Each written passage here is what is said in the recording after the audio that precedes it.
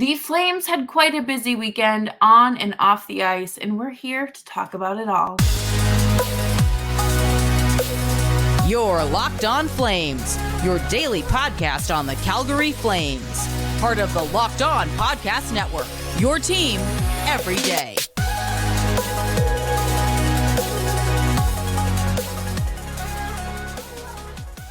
Hello, everyone, and welcome to today's episode of Locked On Flames. As always, I'm your host, Jess Belmosto, and thank you so much for joining me here today. Today's episode is brought to you by Sleeper. Download the Sleeper app and use promo code LOCKEDONNHL. Get up to a $100 match on your first deposit. Terms and conditions apply. See Sleeper's terms of use for details. Flames dropped 2 in a row. One of those games was incredibly hard fought, and the other very obviously on the second half of a back-to-back of a struggling team. And Nikita Zadorov news kind of just thrown in there as well. He officially requested a trade, and we're going to talk all about that. Promising signs of life from Martin Pospisil and Connor Zary. Before we dive into all that, though, please make sure you're subscribed to Locked On Flames wherever you get your podcasts, and of course on YouTube as well. Locked On Flames is here for you 5 days a week, Monday through Friday, and I couldn't be happier to be chatting with you guys. This is like a debrief after you have like a girls' night and y'all have to catch up with each other and be like, what happened? This is what we're doing, but for the Flames, because it was a very busy and chaotic weekend for them. We're going to start with, I would say, the biggest story, which is, of course, Nikita Zadorov. Him and his agent made it official. Nikita Zadorov wants out. Okay, cool. This is part of the business. When you are a pending UFA and the contract negotiations are not progressing or are going away, maybe you don't like, that's a good option, to kind of look elsewhere. Or you realize how things are going in Calgary and you say, well, looks like it's that time for me to request a trade, because we are approaching that first benchmark of the season, which is American Thanksgiving. I'm not bothered by this at all. I think, again, this is to be expected, because when you are, like I've mentioned, if things aren't going a certain direction that you would like to see them in, you're going to look elsewhere. It's kind of like if you are at your job, you're kind of hearing rumors of like downsizing or your department's going to be shaken up a little bit. Would you not start looking elsewhere even while you were still employed? Would you not, maybe call around and see what else is out there? But I don't have a problem with this. The one thing I do have a problem with is his agent saying that he's the best defenseman on the team and he should be playing more minutes. Just because you can throw your body around doesn't make you the best defenseman on the team. Chris Tanev, it's kind of, I would say he's better, and he would probably be playing a little bit better if he didn't have Noah Hanifin on the other side.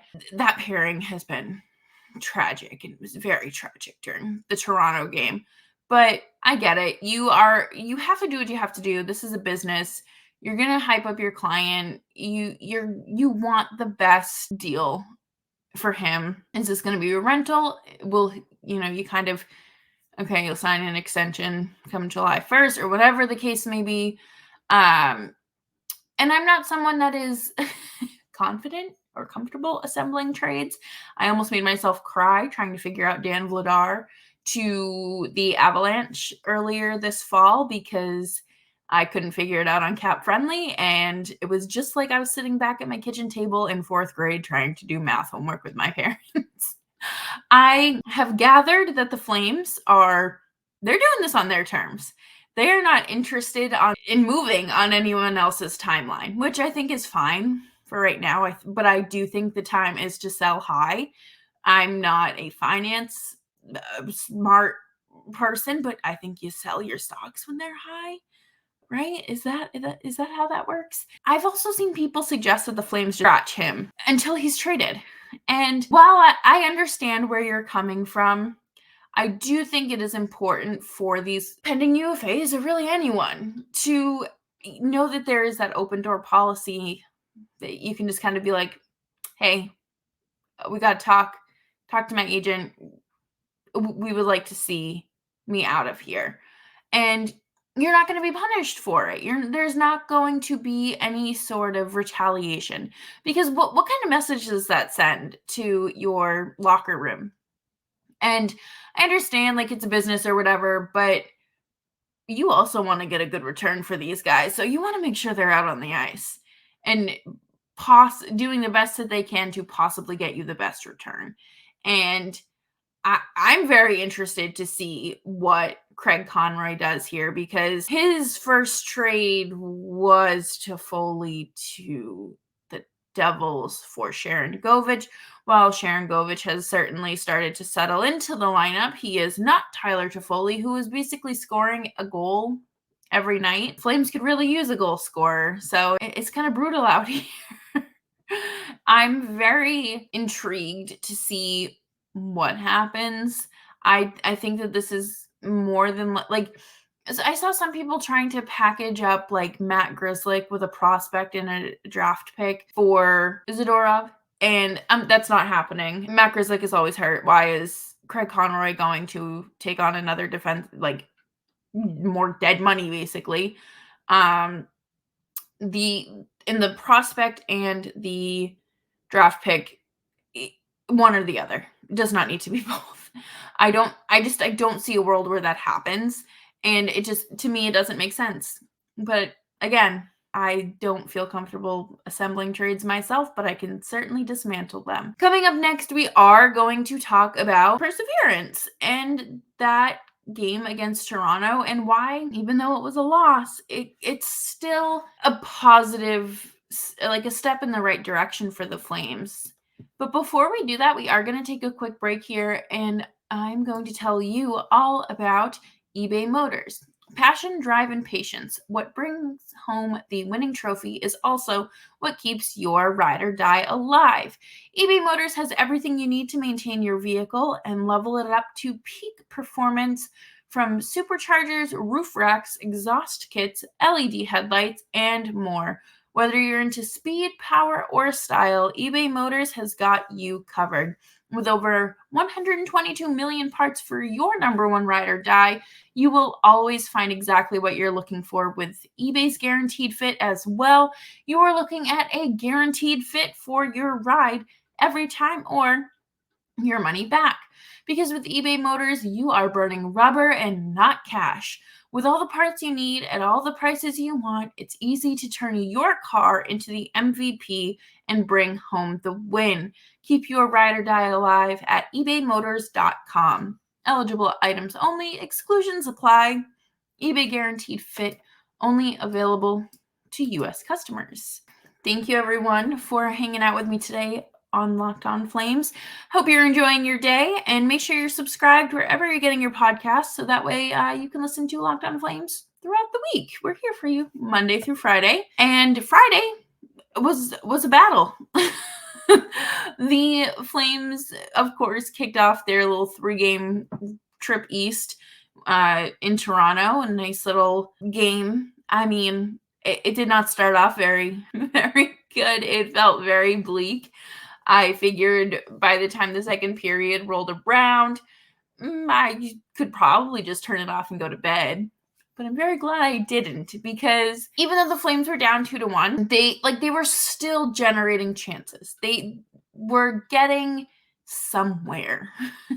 Wasn't very far or successful, but it was slowly moving along here. And, allowing Nylander to score 2 goals, conceding 2 on the at the end of the game. It was 2 goals on the power play, and your power play going 0 for 3 or 4. It was a tough night. It was absolutely a tough night, and the defense once again was making really sloppy plays. It was like Oprah, with every other pass being some sort of giveaway. And on the bright side, though, Dan Vladar did make some saves where I was jumping off the couch and in pure disbelief. It felt like it was kind of over for the Flames. They don't play. Really any team that's playing from behind is, you're doing yourself a disservice. You have to fight twice as hard. Being down 1 is, a different story, but being down multiple goals, you have to really think of how many more chances you need to generate. And the Flames just aren't a team that are capable of creating a lot of high danger chances. I will say, though, this team looked very hungry. They looked aggressive. They looked like they were ready to win this game. And they let that be known. Connor Zary opened up the scoring, and AJ, and Martin Pospisil scored. And for those three guys to score, I mean, AJ Greer, I'm pretty sure, is like 24 years old. He's still new to the Flames organization, and I'm very happy to see these young guys playing and to see them figuring it out. I think that there's this level of urgency that is on the ice when they're on the ice. Specifically Zary and Pospisil. I think that Kadri has been a great center for them. I think it has been a delight watching them, and I feel comfortable and confident when they have the puck on their stick. And I haven't seen too many instances where there's overpassing. And sure, yes, of course, you're gonna have to pass the puck. Like, that's, no one is saying just shoot the puck from wherever. This team, they tend to overpass, and they're both always in positions to make a play. Whether it is, just tipping it in, or, not redirecting it, but having that net front presence to play it back and to rebound, to score in the rebound, or just, again, setting up their teammates for solid plays and with solid passes. I do think that, Martin Pospisil had a great weekend. It wasn't just his game against Toronto that stood out to me. We're going to talk more about that a little bit later, but I do think that this team looks faster with them on the ice, and that's important because sometimes this team looks like they're skating with cinder blocks tied around their ankles. And to have players that are actually able to keep up with your opponents and sometimes outskate them is, that's important to have. I really was surprised that they scored 3 goals. And then Connor Zary, or yes, it was Connor Zary, I believe, that, or was Pospisil. It was Pospisil. I lied. I'm sorry. That tied it up. And that was crazy. That was absolutely bonkers. And for it to go into overtime, I was shocked. And at that point, I was just kind of like, okay, this is where we're at. Like, the play was so much better. The offense was obviously generating something. The power play, we don't need to talk about the power play. That's a whole different can of worms that I don't know if I'm ready to dive into yet. They looked good. Elias Lindholm, we're going to have to do a deep dive on Elias Lindholm because he has not played well this season. He's struggled a lot. And I think that it's kind of, maybe it's affecting Jonathan Huberdeau's play. But I do like what we saw from the bottom 6, I will say. Really outside of the top line. But losing in the shootout, it is what it is. I know I should have like a more competitive approach, but at the end of the day, it's a skills competition, and I don't think skills competitions should decide games the same way they don't decide them in the playoffs. But after coming from behind and hanging with a competitive team, they've still skated away with a point. And that is something that should build on that confidence and say, you know what? We lost, but think of what we did, all that hard work we did to get there and to get to that point. I liked what I saw after probably midway through the second period, I would say. they really started to get it together and look like a team. I don't understand why they can't play a full 60 minute of hockey. We've been struggling with that for quite a long time now. And it's a little frustrating. But again, I think once some pieces start to move and there's an identity to this team, it'll start taking shape and we'll see a different game from them. And that it is what it is. Like, the Flames are, again, at this transition point in the season and on this timeline where they have a lot of things that they need to figure out, but there's not a ton of time to figure it out. The wait and see game can only go on for so long. We've seen how that's going, and I think it's time to start selling. There's nothing wrong with that. I saw, like right before I started recording, Colorado's goaltender is out for the season. I said it once and I'll say it again. Dan Vladar, you are a Colorado Avalanche. That's, move that. Have Dustin Wolf up here full time because he clearly needs the consistent time in net, and this defense needs to figure out how they can help him. Probably talk more about that after the Tuesday game against Montreal, assuming he plays. Their comeback shows that they can fight, and they have it in them, and they can play well and hang with the good teams. And sometimes that's all you need. You just need a little reminder that you are that guy. You I know who I know who we are. This, find that sort of footing again. And hopefully they find it soon, because I do not like what we saw against Ottawa. And we're not even going to touch that. A mess. Dustin Wolf, you deserve a million times better. But coming up next, we are going to talk all about these young guys and how important they are to this roster and what they are contributing and what it means for the Calgary Flames. But before we do any of that, we are going to take a quick break, and I'm going to tell you about the daily fantasy hockey app that we love here at Locked On. A new NHL season brings on all sorts of possibilities. Dylan Dubé could score 50 goals. Your team, the Calgary Flames, could hoist the Stanley Cup, and you could win big by playing daily fantasy hockey on Sleeper, the official daily fantasy app of the Locked On NHL Network. Sleeper is our number one choice for daily fantasy sports, and especially daily fantasy hockey, because with Sleeper, you can win 100 times your cash in a daily fantasy hockey contest.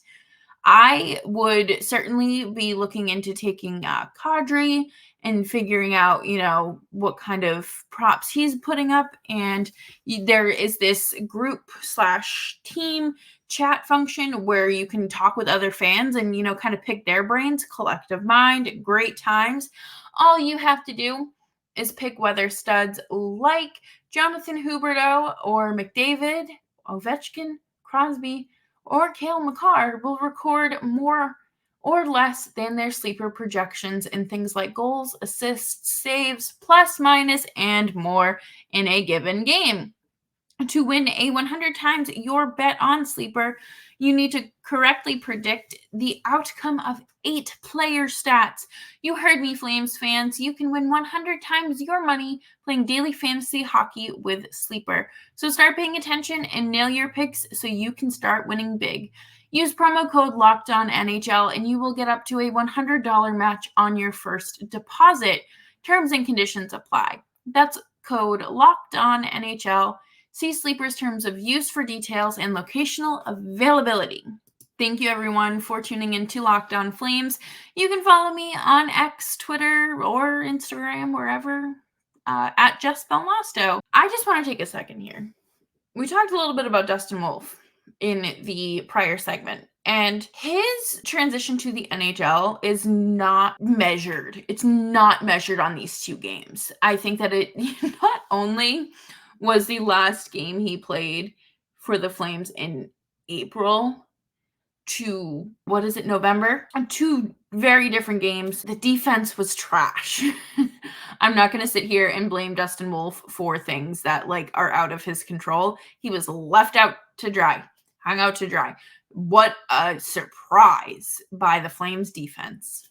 Not entirely sure what was going on there, but I think that the only thing that they can do is just continue to give him consistent reps in the NHL. And you got to move Dan Vladar for that. There's no other way that gets done. On a brighter note, we do have Martin Pospisil, who has 3 points in 4 games. I would just like to say that the way Mike Vernon pronounced Pospisil when he was reading the starting lineup on Saturday made me laugh. Popsa, is that his nickname? Popsa, Popsa? I was like, did he just call him Pasta?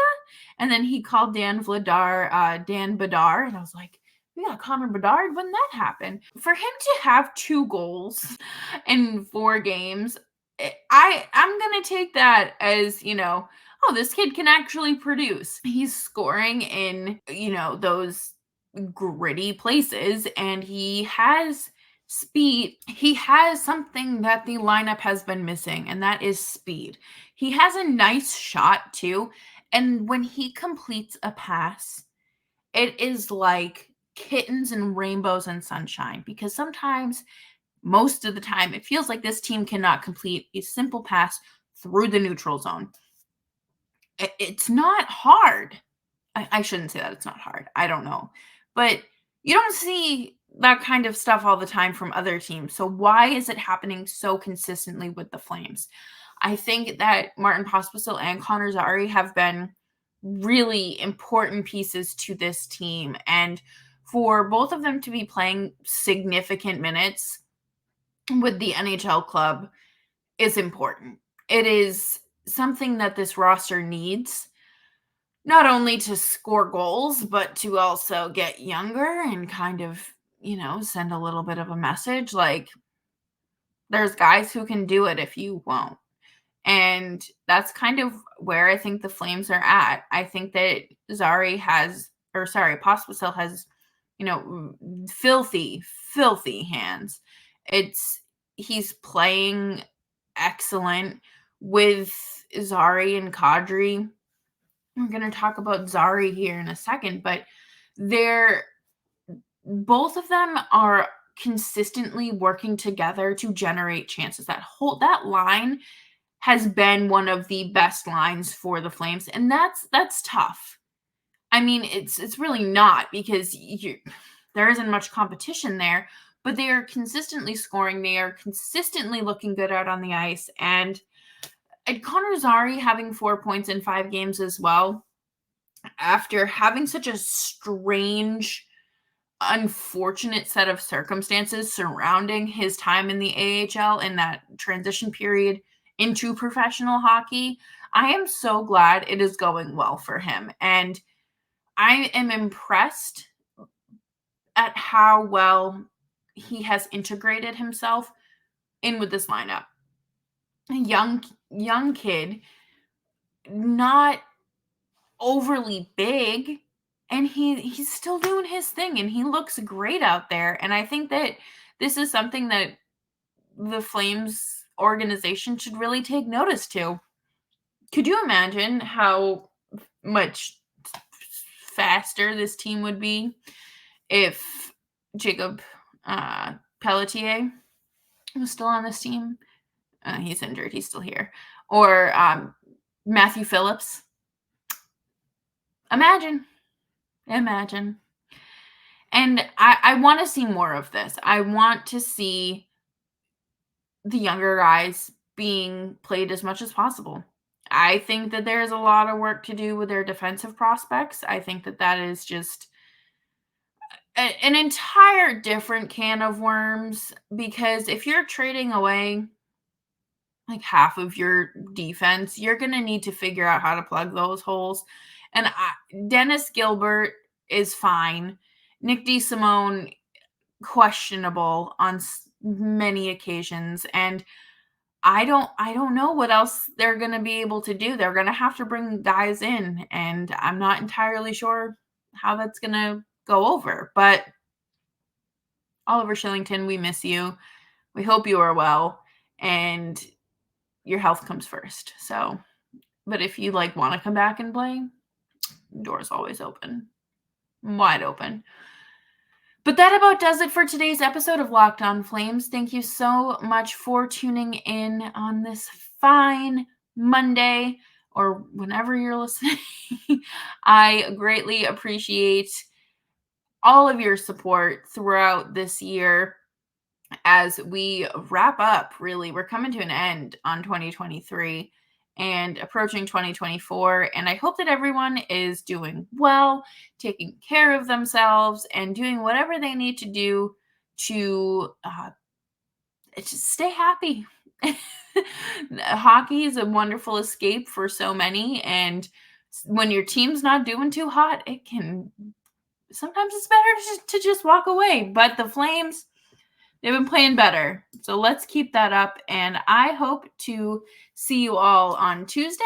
Make sure you're subscribed to Locked On Flames wherever you're getting your podcasts, and of course on YouTube as well. Nick will be joining us this week as always. And until then, stay safe, stay hydrated, and be kind.